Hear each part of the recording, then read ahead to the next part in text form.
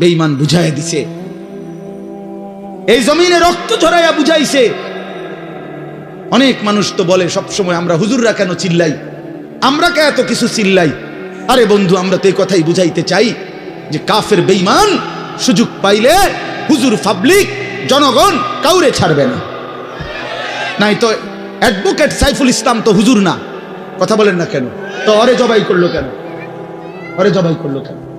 এই বাংলাদেশে কত মুসলিম নেতা আমাদের জাতির কত বড় বড় রাহবারদেরকে, ওলামায়ে কেরামকে আপনার জেলখানায় পুরাইছে, বছরের পর বছর করে ফেলে রাখছে। কই বাংলাদেশের মুসলমান তো কোনোদিনের বিনিময়ে কারো রক্ত ঝরায় নাই। তাহলে ওই বেঈমানরা তাদের একজন কাফের, ওই চরিত্রহীন, তার নামে অসংখ্য নারী নির্যাতন, শিশু নির্যাতনের অসংখ্য অভিযোগ তার নামে, তারে বহু জায়গা থেকে বহিষ্কৃত করছে। ওই চিন্ময় কৃষ্ণ দাস নামে একজন কাফের মুশরিক বেঈমান চরিত্রহীনের জন্য তারা মুসলমানের বাংলাদেশে জলজ্জন্ত একজন মানুষকে জবাই করে ফেলছে।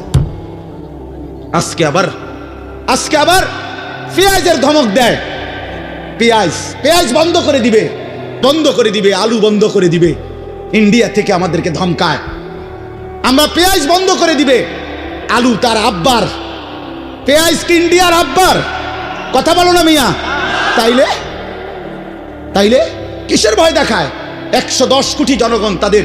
আরে মুসলমান তো 110 কোটিকে ভয় পায় না, 210 কোটিকে ভয় পায় না। আমাদের সংখ্যা হিসাব না, আমাদের শুধু একজন, আগেও একজন, এখনো একজন, আগামী তো আমাদের একজন, তিনি আল্লাহ।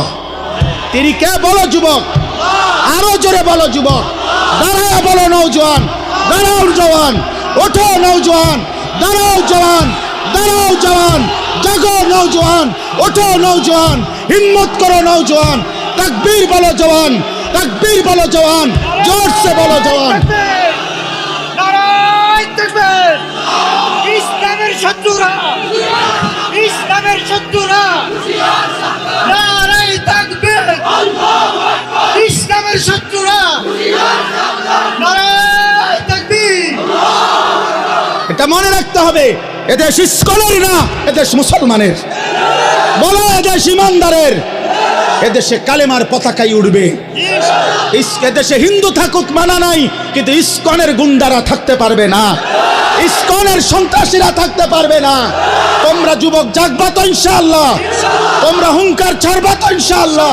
কলিজার খুন দিয়ে হলেও মাতৃভূমির স্বাধীনতা, সার্বভৌমত্ব, প্রতি ইঞ্চি জমিন আমরা রক্ষা করব ইনশাআল্লাহ।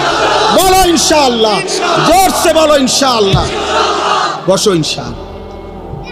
মুসলমানের সন্তান হারে না, ইমান মরে না, ইমান মরে না, ইমানদার মরে না, ইমানদার শহীদ হয়, আর শহীদ মরে না, শহীদ বেঁচেই থাকে।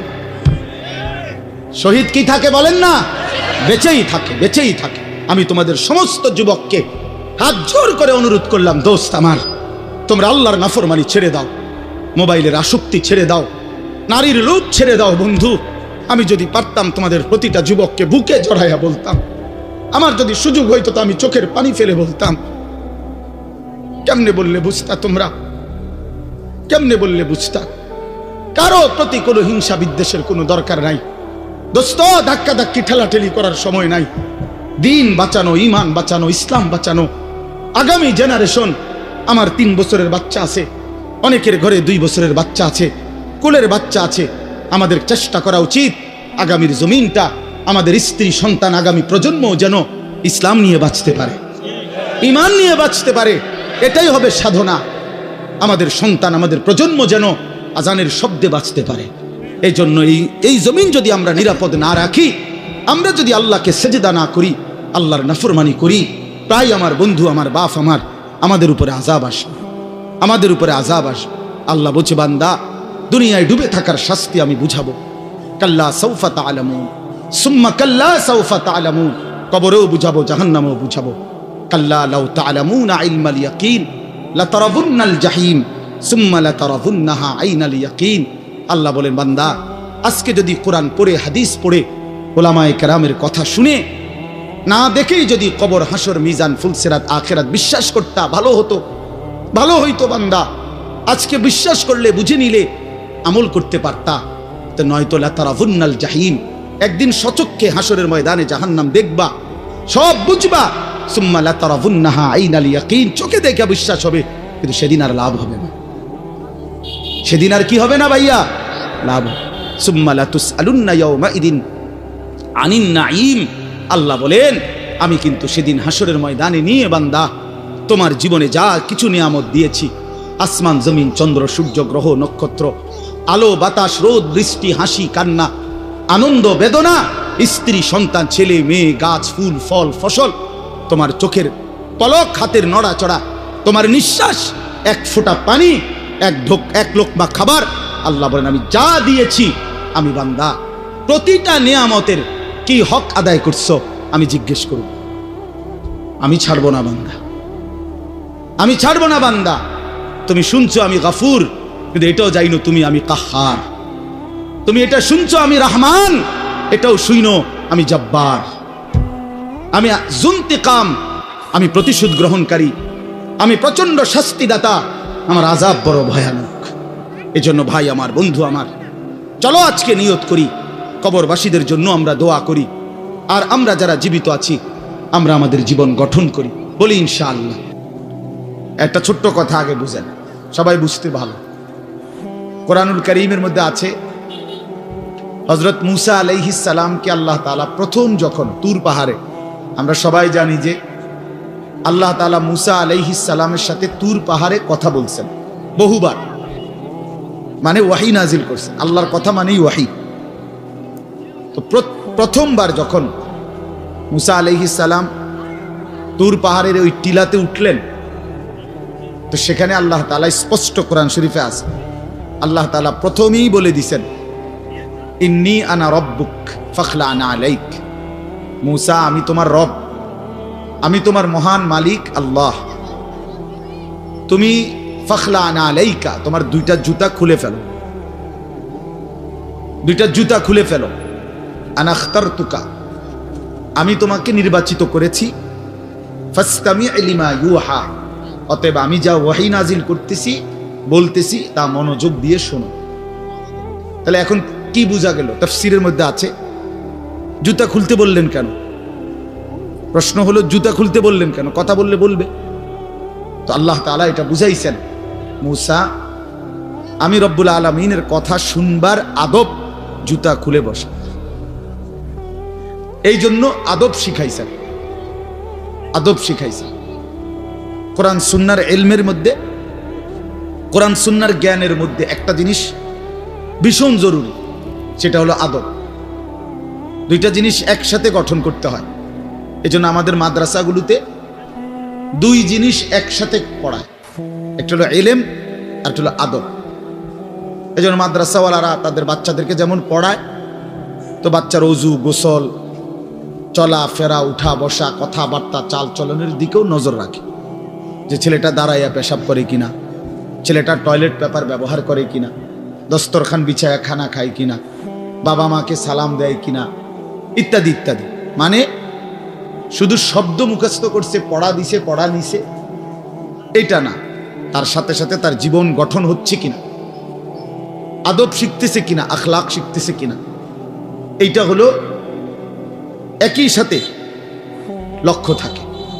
এই জন্য হাদিসের মধ্যে আছে, আমাদের প্রিয় নবী সাল্লাল্লাহু আলাইহি ওয়াসাল্লাম বলছেন আল্লামানি রব্বি ফা আহসানা তা'লিমি ওয়া আদ্দাবানি রব্বি ফা আহসানা তা'দীবি। এই একটি হাদিসে নবীজি দুইটা কথা বলছে, যে আমার আল্লাহ আমাকে সর্বোত্তম ইলম জ্ঞান শিখিয়েছেন এবং আমার আল্লাহই আমাকে সর্বোত্তম আদব শিখিয়েছেন। তাহলে একই সাথে বলছে নবীজি আল্লামানি রব্বি আদ্দাবানি রব্বি, আল্লাহই আমাকে ইলম শিখিয়েছেন, আল্লাহই আমাকে আদব শিখিয়েছেন। কেন নবীজি বাম পাও দিয়া টয়লেটে ঢুকছেন? কেন ডান পাও দিয়া মসজিদে ঢুকছেন? মনে করেন এই যে প্রতিটা নড়াচড়া, হাত্তাল হারাকাত ওয়াস সাকানাত, নবীজির প্রতিটি স্থিরতা, প্রতিটা নড়াচড়া সবটাই আল্লাহ তাআলার ফয়সালা, আল্লাহ তাআলার পক্ষ থেকে নির্ধারণ করা। তিনি সাহাবীদের সাথে পরামর্শ করছে অথবা নিজে নিজে ভাবছে যে কেমনে শুইলে ভালো হয়, কেমনে হাঁটলে ভালো হয়, না না, আল্লাহ তাআলার পক্ষ থেকে নির্ধারণ করে দেওয়া। এই জন্য বাপ, এটা জরুরি বিষয়। এটা আল্লাহর কোরআনের মজলিস, বরকতময় মজলিস। এখানে জুতা খুলে আল্লাহর কথা শুনলে বরকত হবে, এটা আদব। সবাই যারা মুসা আলাইহিস সালামের ওই ঘটনাটা জানে, কোরআন শরীফে স্পষ্ট আছে যে তখন প্রচন্ড ঠান্ডা ছিল, ভীষণ ঠান্ডা, কুয়াশা, নিচে বরফ। মুসা আলাইহিস সালামের স্ত্রী, ওই যে শুআয়ব আলাইহিস সালামের মেয়ে, যাকে তিনি 10 বছর পরে বিয়ে করে আনতেছিলেন, উনি প্রচন্ড শীতে কাঁপতেছিল। এই সময় মুসা আলাইহিস সালাম একটু আগুনের তালাশে তুর পাহাড়ের ওই টিলার মধ্যে উঠছিলেন। স্ত্রীকে বলছে, ইন্নী আনাস্তু নারা, আমি একটু আগুন তালাশ করে আনি, যদি আগুনটা আনতে পারি তাহলে আগুনের মধ্যে যদি তোমার শরীরে একটু সেঁক দাও তাহলে গরমটা আর শীতটা একটু কম লাগবে। মানে সে শীতকালে আগুন দিয়ে আগের দিনে খুব ছিল, তাহলে বোঝা গেল এত ঠান্ডা, এত প্রচন্ড শীতে যে কাঁপতেছে। কিন্তু এরপরেও আল্লাহ তাআলা বললেন আগে জুতা খোলো। অথচ এই ঠান্ডার মধ্যে জুতা না খুললে ভালো ছিল, কিন্তু এরপরেও আল্লাহর কথা শুনবার আদব, জুতা খুলে শুন। হাদিসের মধ্যে কথা স্পষ্ট আছে, আল্লাহ নবী সাল্লাল্লাহু আলাইহি ওয়াসাল্লাম কখনোই খাবার জুতা পরিহিত অবস্থায় খাইতেন না। জুতা পায়ে কখনোই তিনি খাবার খাইতেন না, বরং জুতা খুলে পিঠ সোজা রাইখা, মাথা নিচের দিকে নোয়াইয়া, 2 হাঁটু উপরের দিকে তুলে বিনয়ের সাথে আল্লাহ নবী সাল্লাল্লাহু আলাইহি ওয়াসাল্লাম খাবার গ্রহণ করতেন। নবীজি নিজে বলতেন, আকুলু কামা ইয়াকুলুল আবদ, একজন গোলাম তার মনিবের সামনে যেরকম বিনয়ের সাথে খানা খায়, আমি আমার মহান আল্লাহ পাকের সামনে এভাবে খানা খাই। ভাইয়া, আদব, আদব অনেক বড় জিনিস। আল আদাবু খাইরুন কুল্লু, আদব পুরাটাই কল্যাণ। রাসূলুল্লাহ সাল্লাল্লাহু আলাইহি ওয়াসাল্লাম বলছেন, মা নাহালা ওয়ালিদুন ওয়ালাদাহু মিন নুহলিন মিন আদাবিন হাসান। তোমরা তো বাংলাটা বুঝলা না, জুতা যেহেতু খুলবা না ভাই, তো বাইরে চলে যাও।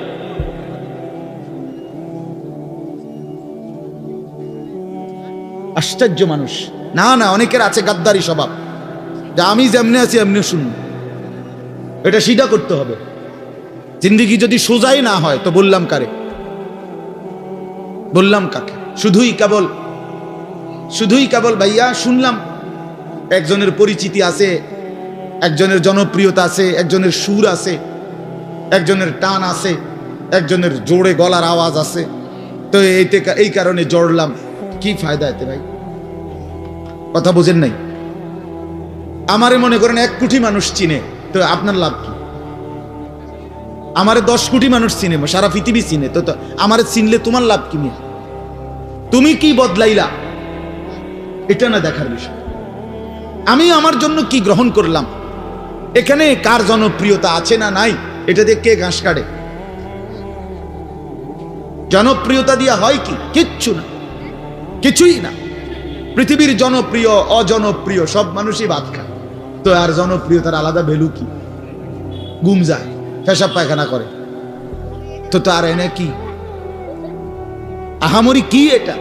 কিচ্ছু না, এটা ধোঁকা ছাড়া আর কিচ্ছু, ধোঁকা।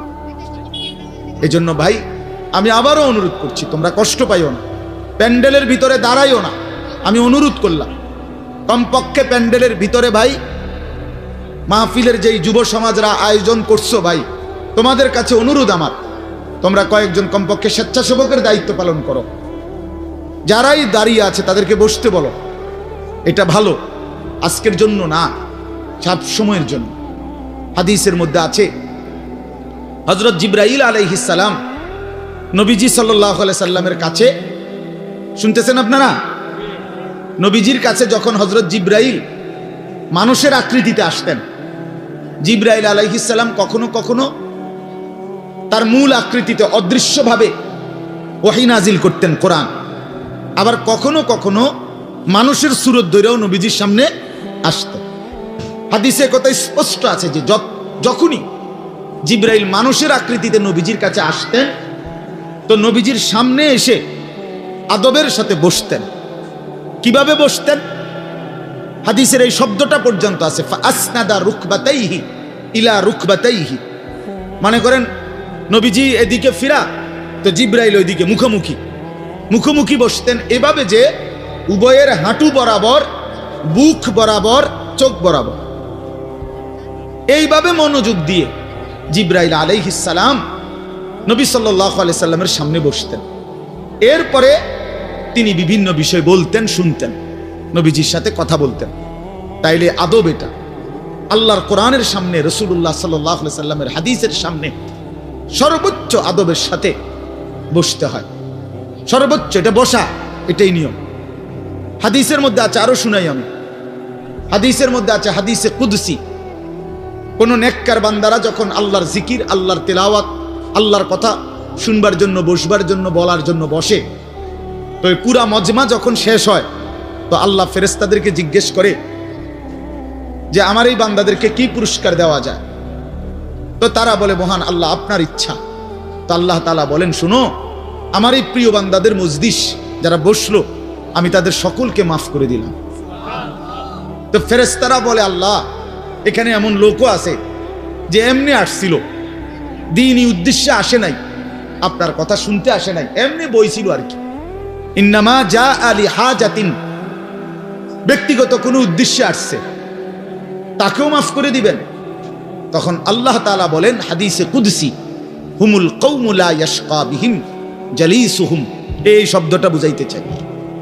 আল্লাহ তাআলা তখন বলেন আমার প্রিয় বান্দাদের মজলিস, হুমুল কওমু লা ইয়াশকা বিহিম জালিসুহুম, এমন কওম, যে কওম, আল্লাহ বলে আমার নেক বান্দাদের মজলিস এমন মজলিস যেখানে যেই বসছে আমি আল্লাহ কাউকে বঞ্চিত করি না, কাউকেই বঞ্চিত করব না, বরং ফেরেশতারা শোনো আমি সকলকেই মাফ করে দিলাম।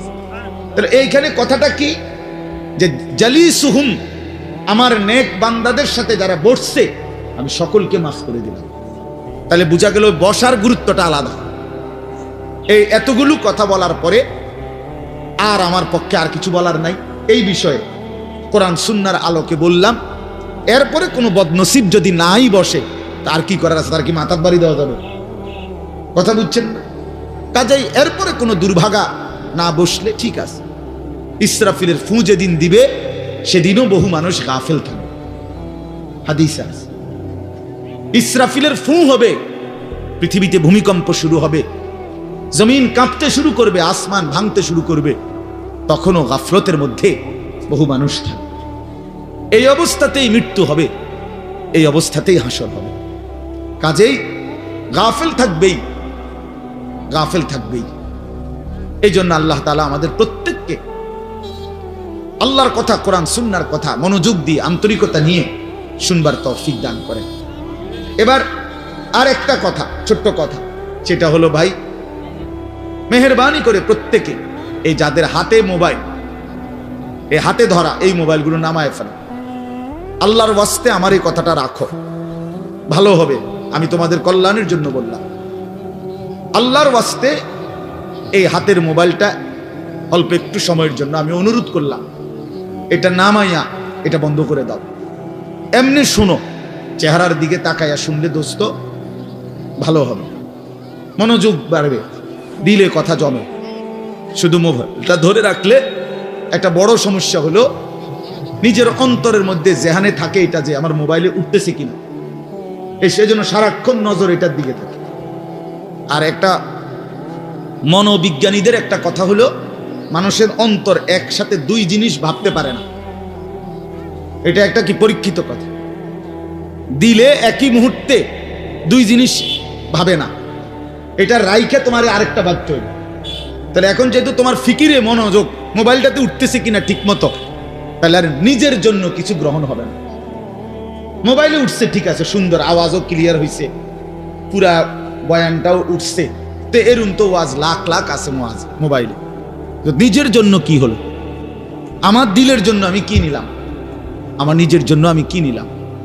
এই জন্য দোস্ত এটা জরুরি বিষয়, এটা গুরুত্বপূর্ণ বিষয় যে নিজের জন্য গ্রহণ করা। তু আগার মেয়েরা নিহি বানতা না বান আপনা তো বান। ভারতীয় উপমহাদেশের একজন বিখ্যাত বুজুর্গ বলছেন, সৈয়দ আবুল হাসান আলী নদভী রহমতুল্লাহ আলাই, হে যুবক, যদি তুমি মানুষের কল্যাণ, সমাজের কল্যাণ, কারো কোনো উপকার যদি করতে নাও পারো, আপনা তো বান, নিজের ভালোটুকু তো করো, নিজের কল্যাণটা তো কমপক্ষে ভাবো, নিজেরে কমপক্ষে সুন্দর বানাও। আমি কে, আমি কোত্থেকে আসলাম, আমারে কে বানাইলো, আমি কোত্থেকে আসলাম, কেন বানাইলেন, আমি ফিরে যাব কোথায়। প্রতিনিয়ত দোস্ত বন্ধু আমার, বাপ আমার, যে মানুষগুলো কবরে চলে যায়, তাদেরকে কে নিয়ে যাচ্ছে? কেউ তো নিজের থেকে মরতে চায় না, আত্মীয় স্বজনও তো কারো মৃত্যু চায় না, কিন্তু একজন অদৃশ্য মালিক নিয়ে যাচ্ছে। কেন নিয়ে যায়? কেন নিয়ে যাচ্ছেন? কোথায় নিয়ে যাচ্ছেন? এজন্য প্রিয় বন্ধু, বাপ, এটা আমাদের ভাবা উচিত। এতটুকু যে আমি নিজের কমপক্ষে ভাবি, আপনা তো বান। কোরআনুল কারীমে আল্লাহ বলছে, ইয়া আইয়ুহাল্লাযীনা আমানু আলাইকুম আনফুসাকুম, হে ঈমানদারগণ, মুমিনগণ, তোমরা নিজেকে নিয়ে নিজেকে সাজাও, গড়ো। আলাইকুম আনফুসাকুম, নিজেকে মজবুত করে ধরো, নিজের ভালোটুকু করো, নিজের সৌন্দর্যটুকু বুঝো। কোরআনুল কারীমে আল্লাহ বলছে, ভাইয়া ওয়ালা তুলকু বিআইদিকুম ইলা তাহলুকা, হে আমার বান্দা, নিজেকে নিজে ধ্বংস করে দিও না, নিজেকে নিজে বরবাদ করে দিও না। একটা মোটর সাইকেল, অনেক ছেলে পেলে, আমি প্রায় সময় বলি, আমার এতটা মায়া লাগে যে হায়, নিজে একটা মোটর সাইকেল এইভাবে চালায়, মনে হয় যেন একটা কুত্তাও এভাবে দৌড়ায় না, এত দ্রুত গতি। আহা সন্তান, অ্যাক্সিডেন্ট করলে তো তোমারই পাওটা ভাঙ্গা যাবে, অ্যাক্সিডেন্ট করলে তোমার মাথাটা ফাইটা যাবে, অ্যাক্সিডেন্ট করলে তুমি তো রক্তাক্ত হয়ে যাবে। এতটুকু ভালো যদি না বুঝে এই পাগল, এই মাতাল, কি পরিমাণ মাতাল, এ কি পরিমাণ মাতাল। খুব জোরে চালাইলে মানুষে দেখবো, মানুষে দেখতে দেখতে তো তুমি গেছোই গা, তো কি দেখতো মানুষে? এটা দেখবো কি? তা তুমি দেখবার আগে তো তুমি তো দৌড় দিছো কুত্তার মতো, তো তোমার কি তা চাইতো মানুষ? কি দেখবো এটা? এটা দেখার কি আছে এটাতে? আস্তাগফিরুল্লাহ, আস্তাগফিরুল্লাহ। এরকম অসংখ্য বিষয় আছে যে তুমি যদি মনে করো দিবানিশি চরিত্রহীনতার মধ্যে ডুবে গেলা, উলঙ্গ ছবি, নর্তকীর নাচ, জিনা, ব্যভিচারের দৃশ্য দেখলা, সারা রাত সারা দিন মোবাইলে, প্রিয় বন্ধু আমার, ভাই আমার, তুমি একবার ইনসাফের সাথে ভাবো যে এর পরিণতিতে তোমার হালাত কি হবে। তোমার শরীর, তোমার যৌবন, তোমার যৌন শক্তি, তোমার যৌবনের সক্ষমতা, এটা যখন প্রয়োজনের মুহূর্তে হারায় যাবে, তুমি যখন ফকির হইবা, তুমি যখন ফকির হয়ে যাইবা, একদিন শরীরের সক্ষমতার অভাবে যখন ধুকে ধুকে কাঁদবা, দুনিয়া তো বেইজ্জতি, আখিরাত তো বেইজ্জতি, তো কি হবে সেদিন? কে তোমার খবর নিবে? কে কার খবর নেয়? স্বার্থপর এই দুনিয়ায় কেউ কারো খবর নেয় না দোস্ত, এই স্বার্থপর দুনিয়ায় কেউ খবর নেয় না। তুমি যেদিন মরে যাবা, আমি যেদিন মরে যাব, সেদিনও পৃথিবীতে সূর্য উঠবে, চাঁদ উঠবে, এই গাড়ি চলবে, সিএনজি চলবে, অটো চলবে, দোকানপাট খুলবে, ব্যস্ত মানুষ সব বাজার ব্যবসা ঠিকই চলবে, সব দৌড়াচ্ছে, শুধু আমি নিস্তব্ধ, শুধু আমি থেমে গেলাম। আমার হাত আর নড়ে না, পা আর নড়ে না, আমার আর চোখ খোলে না, আমার আর জিন্দিগির কোন স্পন্দন নাই। এরই নাম দুনিয়া, এরই নাম দুনিয়া। বিকাল বেলা যারা জানাজা পড়ছে, এই স্ত্রী ছেলে কাঁদছে সারাদিন বাপের জন্য, স্বামীর জন্য, এই মানুষগুলোই রাত্র 9টায় আবার পাশের বাড়ির থেকে রান্না করে আনছে, এরাই পেট ভরে ভাত খাইতেছে।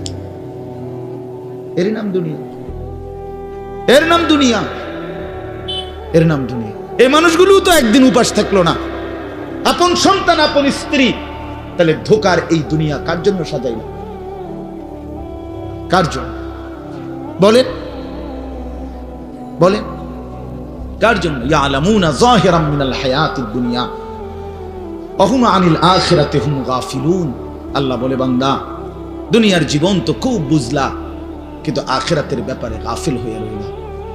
আমার ছেলেরা, তোমরা বলো ভাই, তোমরা যারা খোদার 365 দিনে একটা বছরে কোনোদিন ফজরের নামাজ কোনোদিন পড়ো নাই, তোমার এই পরিণতি, তোমার এই গন্তব্য শেষ কোথায়? তুমি বলো ইনসাফের সাথে। তোমার বিবেককে, প্রিয় বন্ধু, 1 মিনিটের জন্য আমি তোমার বিবেককে বললাম, তুমি বলো, সারাদিন যে উলঙ্গ ছবি দেখলা, সারা রাত যে নর্তকীর ছবি দেখলা, এরপরে তোমার গন্তব্য কোথায়? থামবা কোথায়? তুমি কোথায় গিয়ে থামবা? তোমার পরিণতি কি? তোমার টার্গেট কি? এই নাচ, এই গান, এই ছবি, এই জেনা, এই ব্যভিচার, এই মদ, এই জুয়া, এই ফেন্সিডিল, এই ইয়াবা। আরে না ফরমান, তোরে শেষ পর্যন্ত কোথায় গিয়ে থামাবে? তোরে একটা জানোয়ার ছাড়া, একটা কুকুর বিড়াল ছাড়া, একটা হাইওয়ান ছাড়া আর কিচ্ছু বানাবে না। তোরে একটা নর পশু বানায় দিবে। চরিত্রহীন মানুষ থাকে না, লম্পট কোনোদিন মানুষ হয় না। মদখোর, নেশাখোর, জুয়ারি, ফেন্সিখোর, বাবাখোর, ডাইলখোর, ইয়াবাখোর, ফুট্টাখোর, হারামখোর, ওই মানুষ থাকে না, ওই জানোয়ার হয়ে যায়। জানোয়ার, জানোয়ার হয়ে যায় বেটা, জানোয়ার হয়ে যায়। যে কপাল সেজদা দেয় না, সে কপাল, যে মানুষ মানুষ হয়ে সেজদা দেয় না, আল্লাহর কসম, আল্লাহ তাআলা কোরআনে বলছে, ইবলিস তুই সেজদা দিলি না, আজকের থেকে তুই শয়তান। এজন্য যে কপাল সেজদা দেয় না, সে মানুষ নয়, শয়তান। শয়তান বেটা, তুই বেটা শয়তান, শয়তান, এটা শয়তান। এর আগে কোনোদিন ইবলিসকে শয়তান বলতো? কোন দিন থেকে বলছে? যেদিন থেকে সে সেজদা দেয় নাই। কথা বলেন না কেন? ইবলিসের আগে কি শয়তান আছিল? সেজদা যেদিন দিল না, সেদিন থেকে মালিক বলল, আজকের থেকে তুই শয়তান। ইবলিস যেদিন সেজদা দিল না, সেদিন আল্লাহ বলল, ফখরুজ ফাইন্নাকা রাজিম, বের হ, আজকের থেকে তুই রাজিম, অভিশপ্ত, মালউন, অভিশপ্ত, রাজিম। আল্লাহ বলছে, ওয়া ইন্না আলাইকাল লা'নাতা ইলা ইয়াউমিদ্দিন। ইবলিস তুমি সেজদা দিলা না, মনে রেখো আজকের থেকে কিয়ামত দিবস পর্যন্ত তোর উপরে আমি আল্লাহর লানত। এজন্য বেনামাজি তোর উপরে আল্লাহর লানত, তোর উপরে আল্লাহর লানত, তোর উপরে খোদার গজব। আল্লাহর লানত যার উপরে, সে সুখ পায় না। ওই মালিকের সাথে গাদ্দারি করে সুখ মিলে না। খবর নিয়ে দেখো, তুমি না জানলে আমি জানি। জিন্দিগির আজ 21 বছরের এই ওয়াজের জীবনে কত শত মানুষ জীবনের কত দুঃখ বেদনা আমরা তো শুনি না? আমরা কাছে দোয়া চাই না? কোনো হারামখোর, কোনো সুদখোর, কোনো ঘুষখোর, কোনো বেপর্দা নারী, কোনো বেহায়া নারী, কোনো মদখোর জুয়ারি, কোনো নারীর সাথে অবৈধ সম্পর্ক স্থাপনকারী পুরুষ কিংবা নারী, আল্লাহর কসম সুখে নাই, সুখ মিলে না, সুখ মিলে না। নোনা জলে তৃপ্তি হয় না। যে পানি লবণাক্ত, ওই পানি তৃষ্ণা মিটায় না। অতএব গুনাহ তৃষ্ণা মিটায় না, গুনাহ কাউকে তৃপ্তি দিতে পারে না। আল্লাহর নাফরমানি কাউকে সুখ দিতে পারে না বন্ধু। আল্লাহ কোরআনে বলছে, ওয়াদারু যাহিরাল ইসমি ওয়া বাতিনা, আমার বান্দা প্রকাশ্য গুনাহ ছেড়ে দাও, গোপন গুনাহ ছেড়ে দাও। আল্লাহ বলছে, ওয়ালা তাকরাবুল ফাওয়াহিশা মা যাহারা মিনহা ওয়া মা বাতান। আল্লাহ বলছে, বান্দা প্রকাশ্যে কিংবা গোপনে কোনো অশ্লীলতা, বেহায়াপনা, অসভ্যতার কাছেও যেও না। আল্লাহ বলছে, ওয়ালা তাকরাবুজ জিনা, জিনা ব্যভিচারের কাছে, নারীর সাথে অবৈধ কোনো রকম সম্পর্কে যেও না বান্দা। ইন্নাহু কানা ফাহিশা, এটা বড় বেশি অশ্লীলতা। ওয়াসাআ সাবিলা, এটা বড় মন্দ পথ। হায় যুবক, ভুল করে না। ওই নারীর ফাঁদে একদিন তোমার সে জাহান্নামে পৌঁছায় দিবে, একদিন তোমার কবরে পৌঁছায় দিবে। সে তোমারে সুখ দিবে না। চরিত্রহীন নারী সুখী হয় না। যার নিজের সুখ নাই, তে তোমারে কি সুখ দিবে? সুখ দিবে কিভাবে? সিনেমার নর্তকী সুখ দিবে কিভাবে? সে নিজে তো সুখে নাই, সে তো সুখে নাই। এই জন্য এটা জরুরি। বাবাদেরকেও বলি, হায়াতের 60 বছরেও যারা গুনাহ ছাড়তে পারেন নাই, মনে রাখেন বাপ, দেখা যায়, কবর দেখা যায়। চলেন এবার তর্জমাটা শুনেন, তাইলেই আমার কথা শেষ। একটু দেখেন কোরআনুল কারীমের 30 নম্বর পারা 102 নম্বর সূরা। সূরাটার নাম আত-তাকাসুর। ছোট্ট একটা সূরা, 8টা আয়াত আমি তেলাওয়াত করছি। এই ছোট্ট সূরাটার তর্জমা বলেই আমি আমার কথা শেষ করে ফেলবো ইনশাআল্লাহ। আল্লাহ তাআলা আমাদেরকে তৌফিক দান করুন। এই সূরাটার একটা ছোট্ট প্রেক্ষাপট আছে, কেন নাজিল হলো। এটারে আরবিতে শানে নুজুল বলে। অর্থ হলো, শানে নুজুল হলো, কেন নাজিল হলো সূরাটা। রাসূলুল্লাহ সাল্লাল্লাহু আলাইহি ওয়াসাল্লামের জামানায় মক্কায় কুরাইশ বংশের লোকেরা, নবীজির বংশের নাম হলো কুরাইশ বংশ নাকি? এই কুরাইশ বংশের মধ্যে আবার ছোট ছোট গোত্র ছিল। এই ছোট গোত্র মনে করেন আমার দাদা তো প্রথম, ধরে নিলাম আমগো এই বাড়ি মনে করেন, তো আমার দাদা ছিল প্রথম, দাদা বাড়িটা বাঁধছে, কথার কথা। তো এখন আমার দাদার 4 ফুট, মানে আমার বাপ চাচারা 4 জন। তো আগে তো দাদার সাথে বাপ চাচারা 4 জন একসাথেই ছিল। তো দাদা মরে গেল, এখন বাপ চাচাদেরও সংসার বড় হয়ে গেল, ফলে এখন সবাই আবার আলগা আলগা আরো জায়গা জমি কিন্না ডাইনে বামে গদ্দুয়ার করছে, আরো বাড়িঘর বাড়ছে। এখন চাচার বাড়িও আলাদা নামে পরিচয়, জেডার বাড়িও আলাদা নামে পরিচয়, আমগো বাড়িটাও কি আলগা নামে পরিচয়, এমন আছে না? এই আর কি। তো প্রথমত তো বড় বংশটা পুরাটার নাম হলো কুরাইশ, কিন্তু এরপরে আবার এর অধীনে ধীরে ধীরে ছোট ছোট আরো গোত্র ছিল, আরো বংশ ছিল। এই যে ছোট বংশ যেগুলো ছিল, এরা প্রতিনিয়ত এদের একটা বদভ্যাস ছিল যে এরা নিজেদের মধ্যে অবসর পাইলেই নিজেদের ক্ষমতা, প্রভাব, প্রতিপত্তি, অর্থ সম্পদ, স্ত্রী পরিজন, সন্তানাদি, বংশধর, কার কদ্দুর কত বেশি দুনিয়া, এই নিয়ে নিজেদের মধ্যে বড়াই করত, প্রতিযোগিতা করত, তর্কাতর্কি করতো আর কি। হ্যাঁ, নিজেদের মধ্যে বিতর্ক করত। আমার চাচা এই, আমার জ্যাঠা এই, আমার মামা এই, আমগো বাড়িতে এত আছে, টাকা এত, বাড়ি এত, জায়গা এত, জমি এত, তোরার কিতাবে না। এগুলো আমাদের মধ্যে হয় না এমন?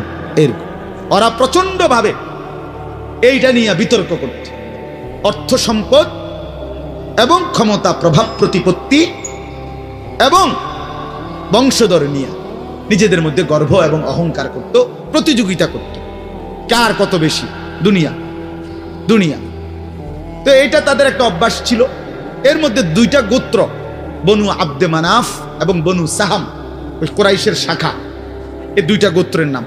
একদিন তারা এই 2 গোত্র প্রচন্ড তর্কে লাগছে, কার বংশ বড়, কার সম্পদ বেশি, কার ক্ষমতা বেশি, কইতেছে। এরা একবার কয়, এরা একবার কয়। এই বলতে বলতে যার জের বড়ত্ব, দুনিয়ার অহংকার, দুনিয়া বাড়ানোর এই নেশা বুঝাইতে বুঝাইতে এক পর্যায়ে ওই বনু সাহাম একটা গোত্র, তারা বনু আব্দে মানাফ এই পরিমাণ বলছে যে তারা হিসাব করছে যে আমগো কইমা যাইতে আছে, মানে এরা হাইরা যাবে হিসাবে, এরার থেকে মানে হিসাব দিতে গিয়া আর মিলাইতে পারতেছে না, এগো বাইরে গেছে। এই তখন এরা এই বনু সাহাম এই গোত্র কইল কি, অগরে এ দিগাও, কই কবরস্থানে আসো। কোথায়? কবরস্থানে আসো, আসো কবরস্থানে। কবরস্থানে কি আসো না? তা আইসা এবার কবরস্থানের সামনে আইসা তাগো ওই মুর্দা যারা কবরে তাগো বংশের, এবার এই হ্যাগো হিসাব দেয়া গেছে। এই বেটা আমার চাচা মরলে কি হইছে, চাচা কি আছিল তুই জানোস? আমার দাদা মরলে কি হয়েছে বেটা? হ্যাঁ, আমার দাদার ভয়ে দাদা নিজেই কাঁদতো বেটা।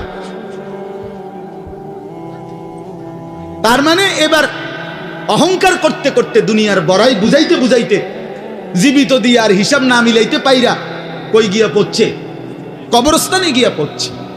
এদের এই মন্দ আচরণ আল্লাহ তাআলা নারাজ হয়ে আল্লাহ তাআলা তখন এই আচরণের কারণে কোরআনুল কারীমের এই সূরাটা নাজিল করছেন। 102 নম্বর সূরা আত-তাকাসুর নাজিল করে আল্লাহ বললেন, হায় বান্দা, কি করছো? করছোটা কি? এইনি কাজ ছিল, এইনি কথা ছিল তোমাদের। দুনিয়া বাড়ানোর নেশা, দুনিয়ার প্রতিযোগিতা, সম্পদ, বংশধর, এই গর্ব, এই বড়াই, এই হিসাব তোমাদেরকে ডুবাইয়া দিল, আখিরাত তো ভুলাইয়া দিল।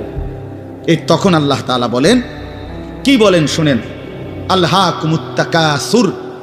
আলহাকুম এই শব্দের 2টা অর্থ, শাগালাকুম ও আনসাকুম। আল্লাহ তাআলা বলেন, হায় আলহাকুম, তোমাদেরকে ব্যস্ত করে ফেললো দুনিয়া, আর আনসাকুম আল আখিরা, তোমাদেরকে আখিরাত ভুলাইয়া দিল। তোমরা কবর ভুলে গেলা, হাসর ভুলে গেলা, পরকালের হিসাব ভুলে গেলা, আখিরাত ভুলে গেলা, আর দুনিয়ার মধ্যে ডুবে গেলা। কি কারণে ডুবলা? কি কারণে আখিরাত ভুললা? আত-তাকাসুর, এই বাড়ানোর প্রতিযোগিতা, অর্থ সম্পদ, ক্ষমতা, বংশধর, টাকা পয়সা, মাল দৌলত, এগুলো বাড়ানোর নেশা তোমাদেরকে আখিরাত ভুলাইয়া দিল আর দুনিয়ার মধ্যে ডুবাইয়া ফেললো, ব্যস্ত করে ফেললো। হাত্তা জুরতুমুল মাকাবির, আল্লাহ বলেন, হায় বান্দা, এক পর্যায়ে কবরস্থানেই পৌঁছে গেল। এর ডাইরেক্ট কথা, শেষ পর্যন্ত কবরস্থানে চলে গেলা অহংকার করতে করতে, বড়াই করতে করতে, দুনিয়া সাজাইতে সাজাইতে, দুনিয়া মিলাইতে মিলাইতে। এ কথার দুই অর্থ। এবার এক হলো সরাসরি ওদেরকে বলছে কাজটা তোমরা ভালো করলা না, আরেকটা হলো আমাদের সবাইকে বলছে আমার বান্দারা, তোমরা যারা এই পরিমাণ দুনিয়া নিয়ে ব্যস্ত হইলা, দুনিয়া সাজাইতে লাগলা, যে এক পর্যায়ে এই দুনিয়া সাজাইতে সাজাইতেই হাত্তা জুরতুমুল মাকাবির, কবরে পৌঁছে গেলা, একদিন মরে গেলা, অথচ আখিরাতের কোনো পুঁজি নাই, কবরের কোনো সামান নাই। কামটা কি করলো? কামটা কি করলো? কাজটা কি করলা বান্দা?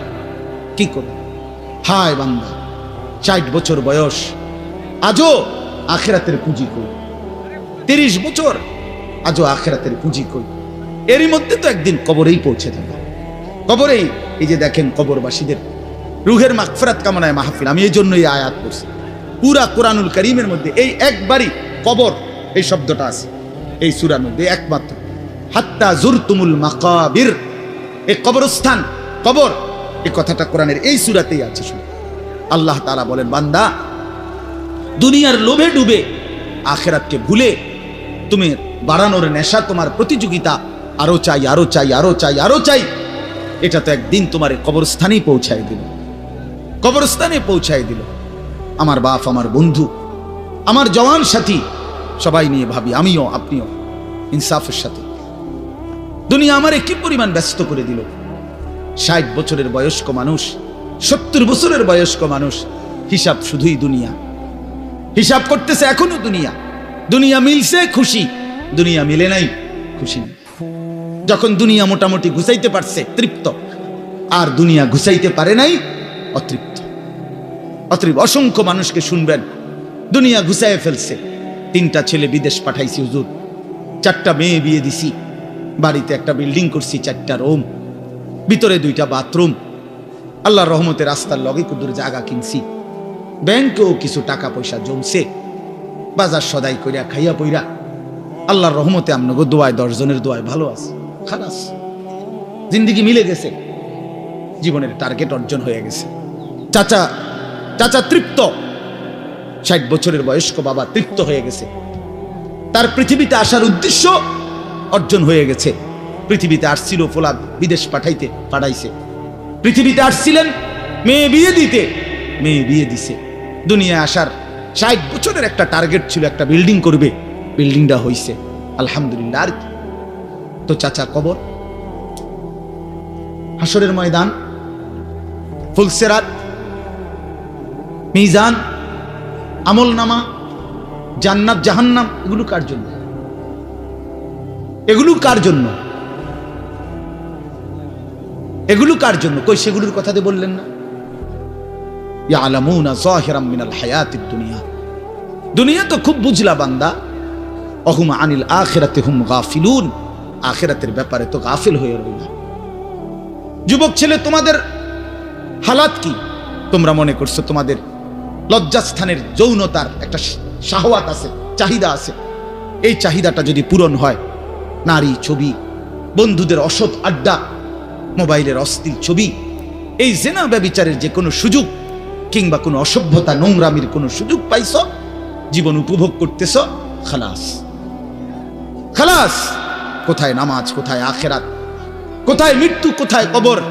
আহা বাফ, কিছুই মনে করাইল না, কিছুই মনে করাইল, কিছুই মনে করাইল। এরই নাম জিন্দিগি, এরই নাম মুসলমান। এখানেই জীবনের সমাপ্তি, আর কিছু নাই। কবর বলতে কিছু নাই, আখিরাত বলতে কিছু নাই। আল্লাহ তাআলা বলেন, বান্দা আল্লাহকুমুত তাকাসুর, আহা বান্দা, দুনিয়ার নেশা তো তোমাদেরকে ভুলায় দিল আখিরাত। হাত্তা জুরতুমুল মাকাবির, এরই মাঝে তো একদিন কবরেই পৌঁছে গেল। একদিন কবরে পৌঁছে তুমি তো উপলব্ধি করবা, কাল্লা সাউফা তা'লামুন সুম্মা কাল্লা সাউফা তা'লামুন। আল্লাহ তাআলা বলে, বান্দা শোনো, সাবধান, কাজটা ভালো করলা না, দুনিয়ায় ডুবে গেলা, আখিরাত ভুলে গেলা। সাউফা তা'লামুন, 2বার বলছে একটা কথা আল্লাহ, অল্প সময়ে তুমি জানতে পারবা, অল্প সময়ে তুমি জানতে পারবা। তাফসীরের মধ্যে লিখছে 2বার কেন বলল আল্লাহ? আল্লাহ বলেন, হে নাফরমান বান্দা, তোমারে আমি একবার কবরে আযাব দিয়া বুঝাবো তোমার এই নাফরমানির পরিণতি কি, আরেকবার হাসরে নিয়া জাহান্নামের আযাব দিয়া বুঝাবো তোমার এই নাফরমানির পরিণতি কি। তুমি সেদিন বুঝবা বান্দা আমার কবর কি, আমার আখিরাত কি। রাসূলুল্লাহ সাল্লাল্লাহু আলাইহি ওয়াসাল্লাম বলেন, নাফরমান যখন কবরের প্রশ্নের জবাব দিতে পারবে না, তো আল্লাহ তাআলার পক্ষ থেকে ফেরেশতাদেরকে বলবে, আফরিশুহু মিনান নার ওয়ালবাসুহু মিনান নার ওয়াফতাহু লাহু বাবান ইলান নার। আমার বান্দার কবরের মধ্যে জাহান্নামের বিছানা বিছিয়ে দাও, জাহান্নামের পোশাক পরিয়ে দাও, জাহান্নাম বরাবর দরজা খুলে দাও। ফেরেশতারা এই তিনটা কাজ করে এই ফেরেশতারা সরে যাবে। আল্লাহর নবী সাল্লাল্লাহু আলাইহি সাল্লাম বলেন, কবর তখন তাকে একটা চাপ দিবে, এই চাপে এই ব্যক্তি